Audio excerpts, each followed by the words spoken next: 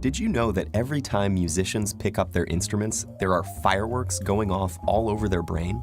On the outside, they may look calm and focused, reading the music and making the precise and practiced movements required. But inside their brains, there's a party going on. How do we know this? Well, in the last few decades, neuroscientists have made enormous breakthroughs in understanding how our brains work by monitoring them in real time with instruments like fMRI and PET scanners. When people are hooked up to these machines, tasks such as reading or doing math problems each have corresponding areas of the brain where activity can be observed. But when researchers got the participants to listen to music, they saw fireworks.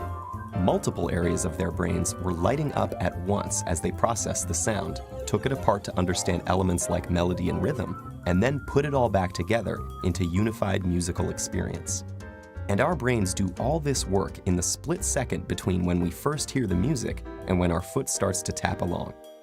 But when scientists turned from observing the brains of music listeners to those of musicians, the little backyard fireworks became a jubilee. It turns out that while listening to music engages the brain in some pretty interesting activities, playing music is the brain's equivalent of a full-body workout.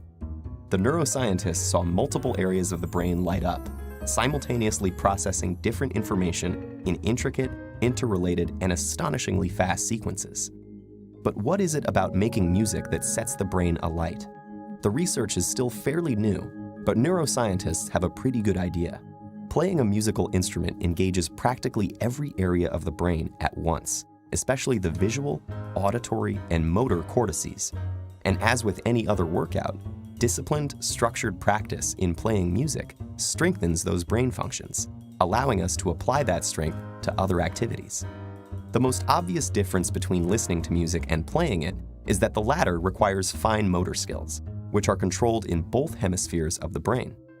It also combines the linguistic and mathematical precision in which the left hemisphere is more involved, with the novel and creative content that the right excels in.